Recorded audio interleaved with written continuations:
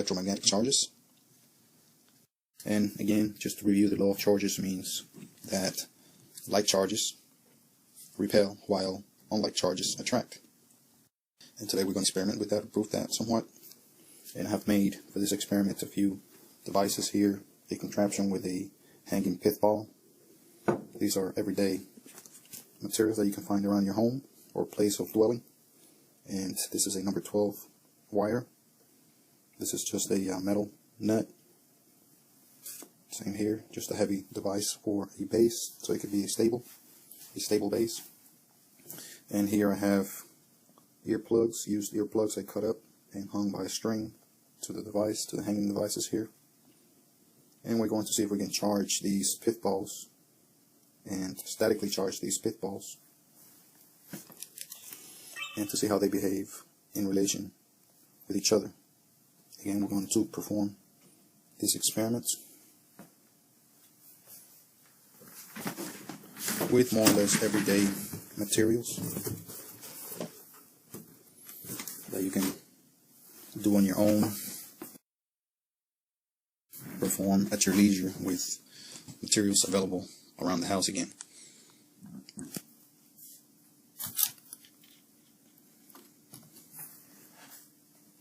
And to begin, we have to basically charge, to begin, one of the pith balls with a static charge, whether it be positive, negative, doesn't matter.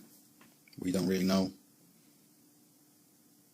And we're going to see how it behaves against an object and against another pith ball, which we have here. So we're going to use this item to charge it, a styrofoam plate that I think holds a pretty good amount of electrostatic charge, to see if we can transfer it.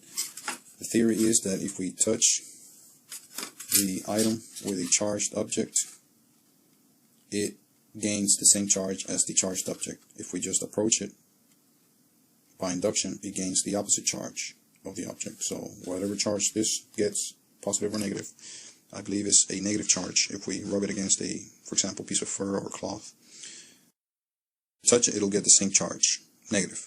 If we approach it, it'll get the opposite charge, or positive. So we'll rub it, charge it with negative electrons from this sweater to the styrofoam plate. And we're going to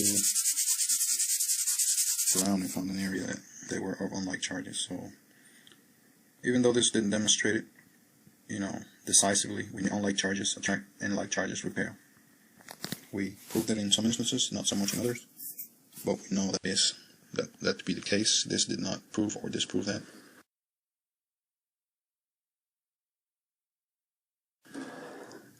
Next experiment I'm going to do is a electroscope, which I have built from basic materials. We have a mayonnaise jar, plastic clear mayonnaise jar, and we have again a number 12 conductor or wire coiled up top, and we basically put it through this nut device to hold it in place. That is an MC4 connector for solar cables, solar energy cables, which nicely put that through there. I made a hole in this lid or cap and secured it and tightened it quite neatly here using this MC4 connector. If you want to see it up close. And you could make this for any kind of school project or presentation or demonstration or experimentation at a place of learning or home, for a fun little demonstration of static electricity and electric charges, the law of charges. And that inside is just 2 pieces of aluminum foil cut in a teardrop shape, and you basically punch a hole through the middle and hang them by a hook on that wire. So the way that works is the following. Electrostatic charge is transferred either by conduction or induction. Conduction meaning touching it, induction meaning just approaching it. You put a electrostatic charge here, and it is transferred through the wire. So it is actually a charge, not electrostatic. It is electrical but not static, because it moves through the wire and it's transferred into the foil leaves. And since the same charge is transferred to the foil leaves, they both gain the same type of charge, whether positive or negative, and they repel each other. That'll demonstrate that like charges repel decisively. You can see that clearly here doing the demonstration. Again, we're going to rub this styrofoam plate that seems to hold a lot of electrostatic charge quite well. We're going to rub it in this piece of cloth, build up some static.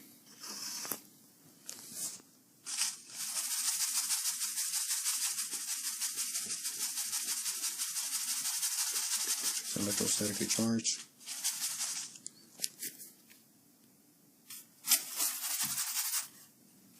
We do it by induction or nearing it up top, not touching it,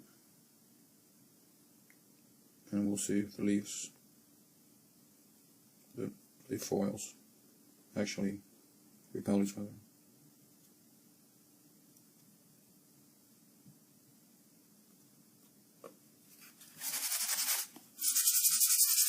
Didn't quite work there, but I'm going to rub the styrofoam cup on my hair.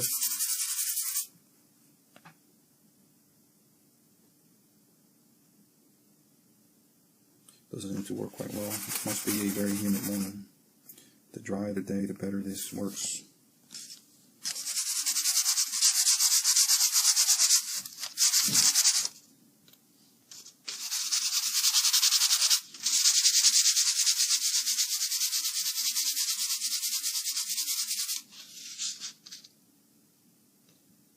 Okay, now we can kind of see it. When I approach or near the plate, statically charged plate, the aluminum leaves appear to separate from each other. You can kind of see them nearing the plate, separate, pulling the plate back, they come back together. Nearing the plate, they separate a little bit, pull the plate back, come back together. Near the plate is near, the foil leaves separate a little bit. It's a quite humid morning, so the static is not transferred as much. I've seen it split up quite dramatically. Not today, only very slightly.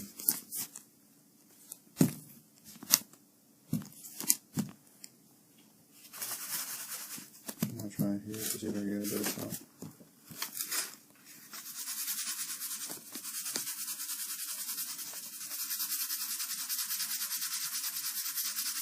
I'm rubbing the styrofoam plate, charging it statically, electrostatically, and I'm nearing the plate now.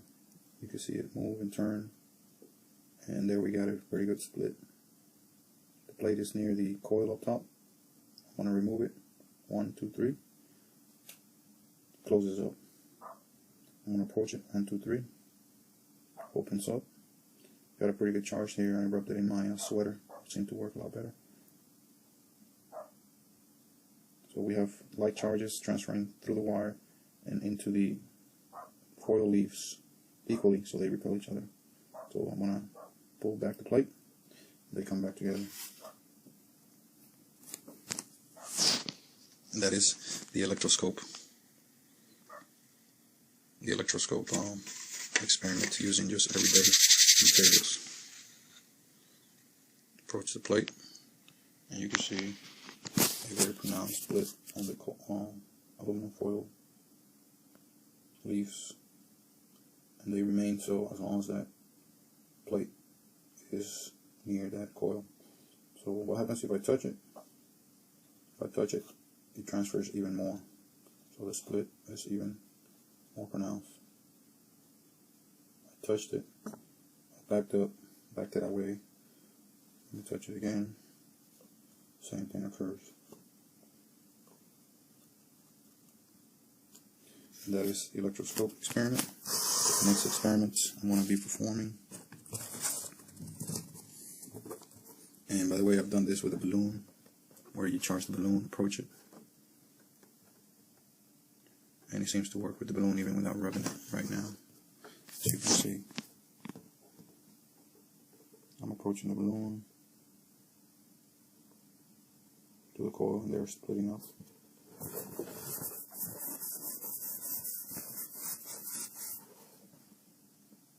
I just rubbed it with my sweater again, and it's still splitting up. Okay, the next experiment.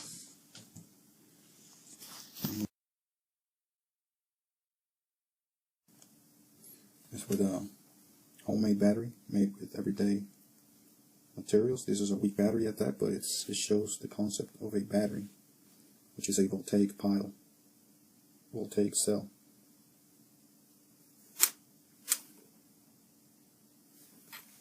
And all I'm doing here, all I did was to basically attach a penny to a wire. This is a penny.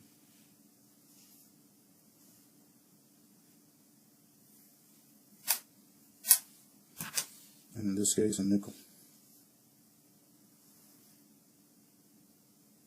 Attach the nickel to a wire. And from that, we can make a simple battery. So battery is nothing but two different materials, usually materials that can hold and transfer charge. They're usually metals. That's what a battery is made of. Not necessarily these materials, but others that perform the same task that I'm about to show you.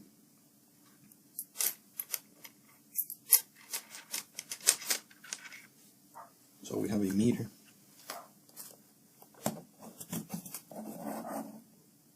For that, we need a meter to measure the voltage that the battery generates.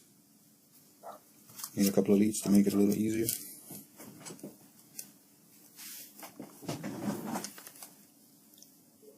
We attach the negative lead of the meter.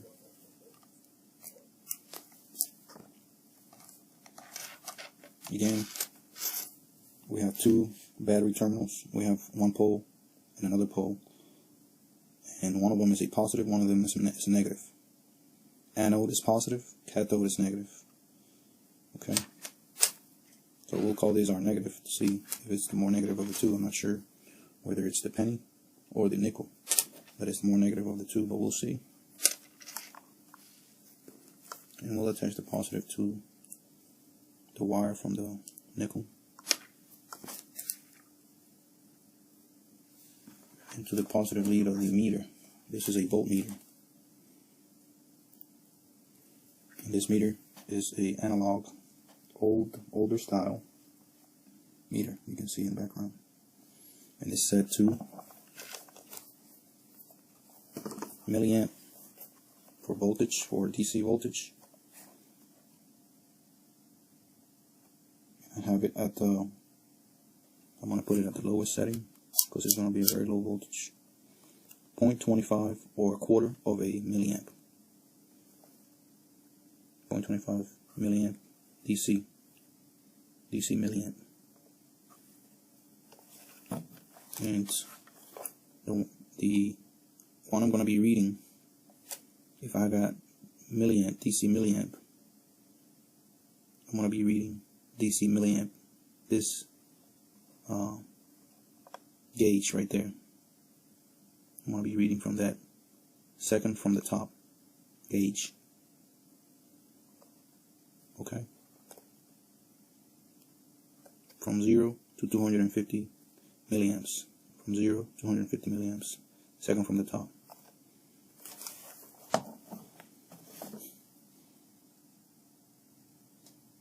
Second from the top. It's nicely labeled, so there's no confusion.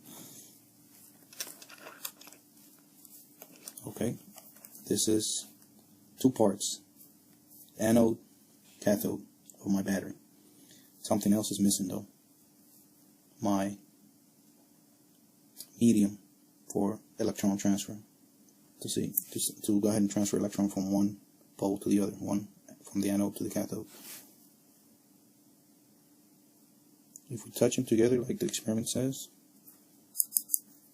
there's no voltage detected. As you can see, I have them connected.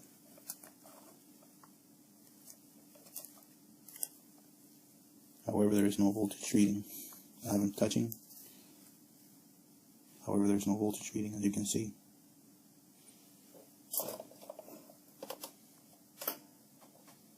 Put the light on so you can see a bit better. There's no voltage reading, or if there is any voltage, it's undetectable by this meter. But let's see what happens when we put a transfer medium, like some type of moist liquid or moist paper, like this piece of tissue. It's not moist, it's dry, so let's see what that does. Nothing, it's dry. It doesn't transfer anything, doesn't allow any transfer of electrons. Now I'm going to lick it, put a little saliva on it, aka water, mostly water, and a few chemicals. We'll see what that does. I'm going to put one between each other, a pile, and we can see the needle moving already. This is a voltaic pile. You need a transferring medium, which in batteries is mostly dried chemicals, sometimes liquid chemicals like battery acid. In this case we have a chemical like saliva or spit. And we already see a very small voltage detected. You can see the needle moving. That needle moving means there's a transfer of electrons. I'm going to wet this a little more to see, help it out.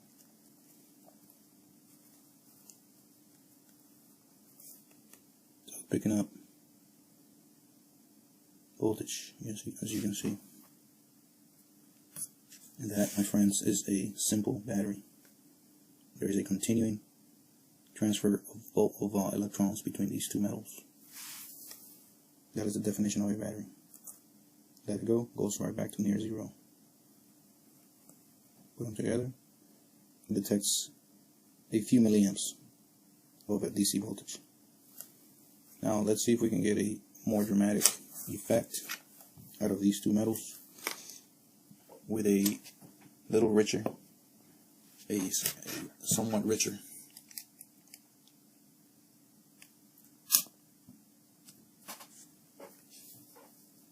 medium, a little bit of a richer medium.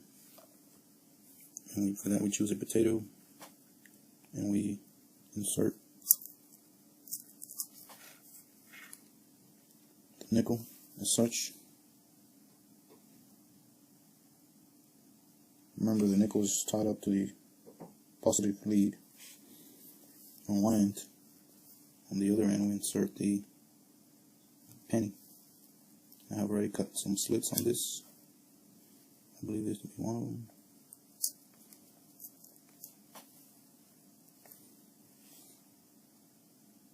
So we insert the other end of the battery, the cathode, and the potato battery as such.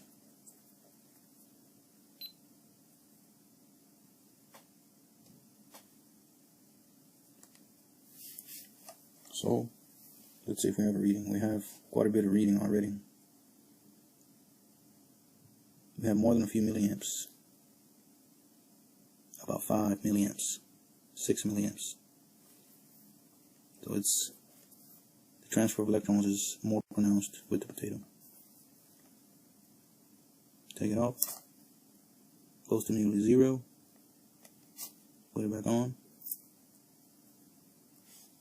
You can see the voltage. Again, this is not voltage coming from any kind of source other than these two dissimilar metals and the chemicals in the potato, and it's detecting a voltage right here. That voltage is probably enough to power a small radio.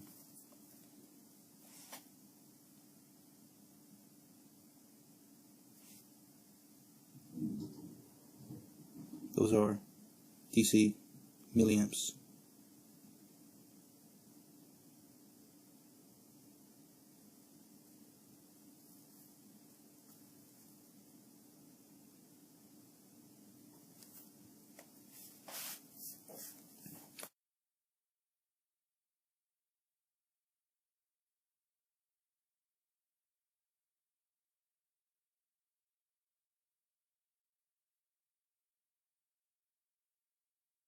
Another experiment I want to perform is by an experiment that shows the battery connections of parallel and series, the series and parallel connection of batteries, which are sources of power. Remember, in your circuit you have your power source, which could be a battery.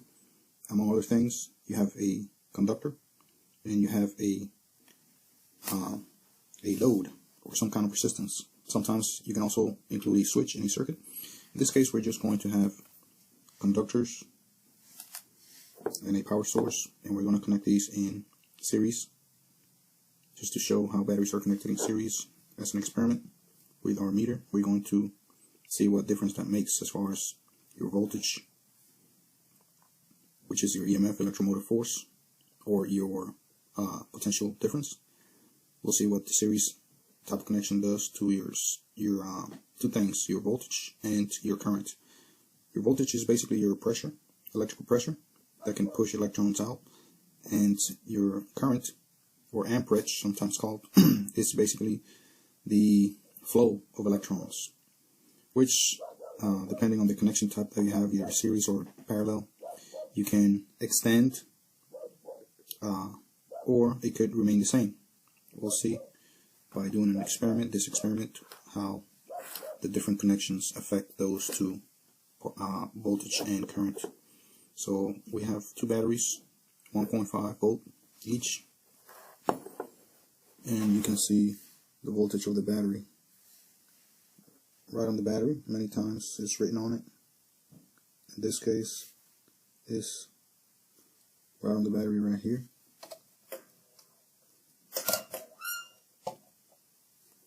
A little better light if you can see that. 1.5 volt. D-size battery, and that is your voltage, your pressure, your electrical pressure. Sometimes it also tells you your available amps, which is measured many times in milliamps in batteries, or milliamp hours, which is the amount of time that you can draw a certain amount of amperage from the battery. In this case, this one doesn't appear to have that information, but we don't really need that at this moment for this experiment. First, we want to connect the batteries in series, and when you connect something in series, you can review this in the available text for this course. When you connect something in series,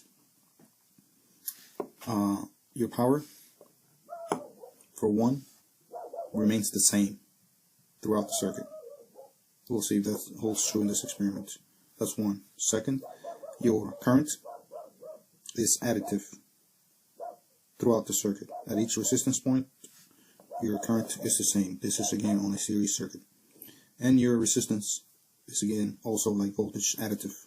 You add it at each point of the circuit. You have different resistances. You add those up, you get your total resistance. For voltage, the same thing. You have different voltage drops at each location. You add those up, you get your total voltage. Again, in a series circuit. So connecting these in series is easy. You just connect them as such, with your positive pole of the battery, shown here, touching your negative pole. So negative to positive, and you have available a positive pole and a negative pole to test.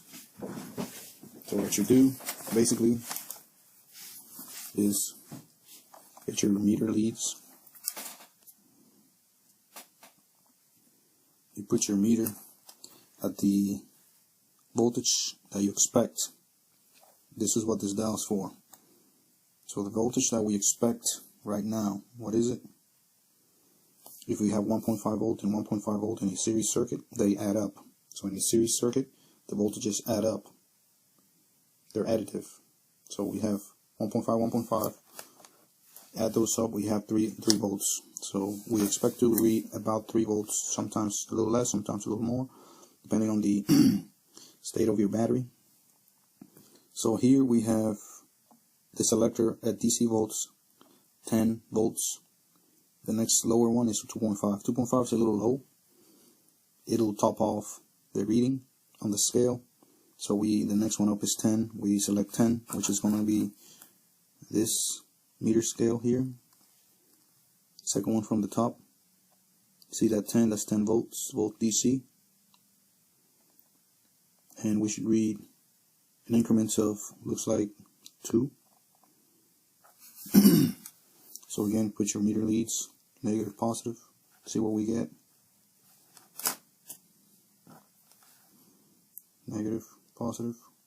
We have it in series.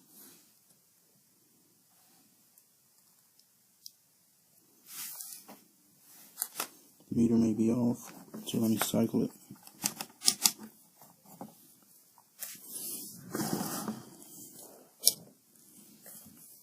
Make sure the leads are on.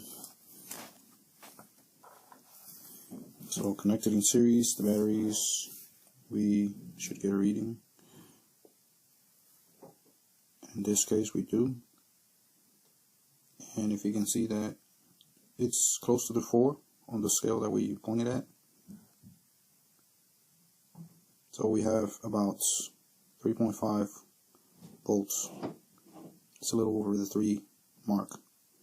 So our voltages have doubled. The voltage of one battery has doubled since we have 2 batteries connected in series. Again, positive to negative. And you should always have 2 poles available for reading. When you connect in series, never connect, when you have wires involved, never connect these 2 poles together. Like if you have this wire, for example, you never want to connect these 2 poles together, because this wire is not a load, it's not a resistance. It has very little resistance, and it'll just heat up the wire until it burns. In some cases, in this case, since we're talking about small voltages, it'll just drain the batteries, and it will heat up the wire, and the batteries probably will get damaged because of the high currents involved in it. Because this is basically offering no resistance, so the current is going to max out. And we can work that out using Ohm's law. If you want to work that out, that's probably an interesting thing to find out. What will the current be if you have a resistance of, let's say, 0, practically in this case, for a set of batteries connected in series. So we can just work that out mentally or verbally here real quick. I mean, if we have the Ohm's law formula of voltage equals to current times resistance. Resistance is 0, right? So your current is unknown. That's the unknown value. Your voltage, you know your voltage is 3 volts. So let's remake or reorganize the Ohm's law, which we can do it as I, or current, equals to voltage divided resistance. So voltage divided resistance in this case is 3 times 0. Let's see what we get when we say that. So 3 volts times 0, we expect to get 0. But we're not multiplying, we are dividing. So I'm sorry, we get 3 volts divided 0. We get an error because we get basically the whole voltage instantaneously. We get an instantaneous current rush with the entire voltage behind it. In this case, 3 volts. So we'll move on to our next type of connection, which is our